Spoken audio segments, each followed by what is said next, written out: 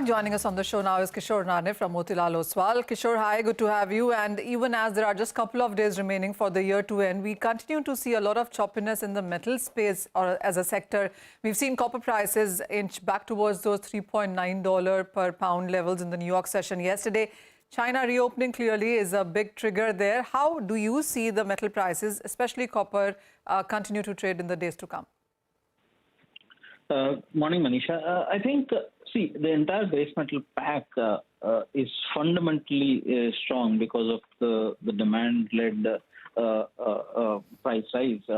The only thing which actually curtailed them over the last couple of months before the current rise was that China struggling through the COVID cases and lockdowns, etc., containing their demand. And before that, the shipping issues and logistic-related issues which curtailed a lot of demand on that.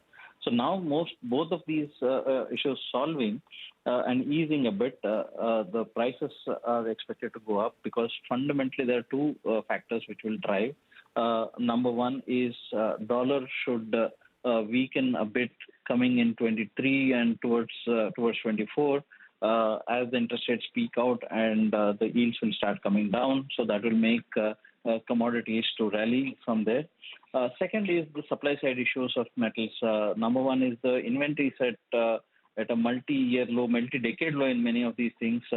Especially in case of zinc, it's almost like a century low. Actually, it's a 100-year low.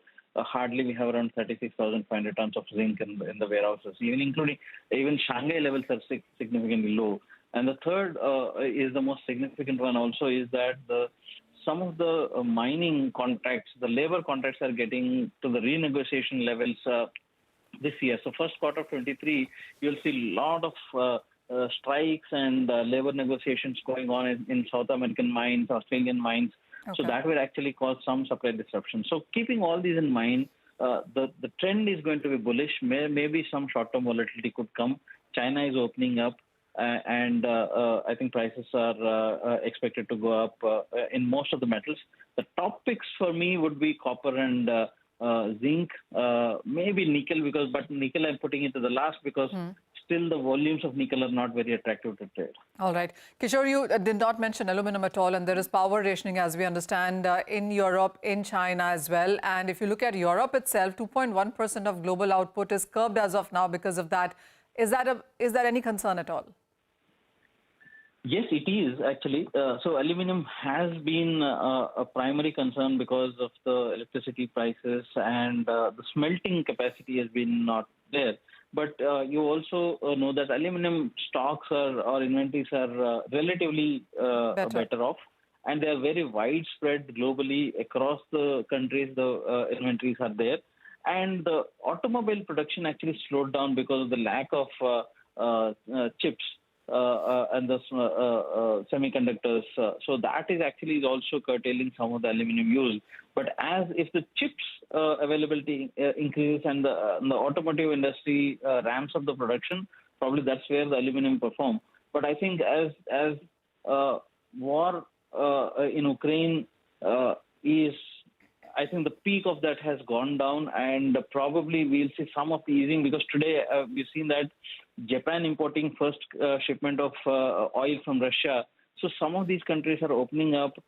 Probably, I'm not saying the war will end, but there is a lot of discussion of talks going on. Putin is open to discussion. So somewhere we will conclude in the next 4 or 5 months in that capacity. So I don't want to go and bet on that. Okay. Because most of these things are discounted in the market. So, this year was divided into two because first half saw all-time highs, multi-year highs, and the second half, even as we've seen some bit of gains, is still on the weaker side as we close this year. Do you see the next year as well divided like that? I mean, the markets will clearly wait for China to actually reopen, the US Fed rate cycle to kind of peter out, ease out, finish.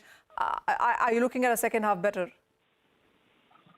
Yes, certainly. I think second half should be better. But I think markets tend to undermine or tend to discount the events much earlier before what happens. So in my view, I think third quarter or the last quarter of calendar year 23 is where we'll see the pause of interest rate hikes. And at that point of time, somewhere we might see the commentary toned down by the Fed I'm not saying the Fed will turn dovish, but I think the ultra hawkish policy will smoothen out. And China will be, I think, in the first quarter or by end of first quarter itself, China will be, I think, back to normal in business, and they'll be opening up. So I think that's a criteria. Probably second half or by the second quarter itself, the prices tend to catch a new momentum from there. All right. So strength can continue in case of the metal prices. Watch out for copper, zinc, nickel, aluminum, as Kishore mentioned, all of those fundamentals that could impact the prices going forward. Kishore, as always, thank you so much for joining us with a sense of all of those metals. With that, that's all the time that we have on the show. Business Lunch after the break will take all the action.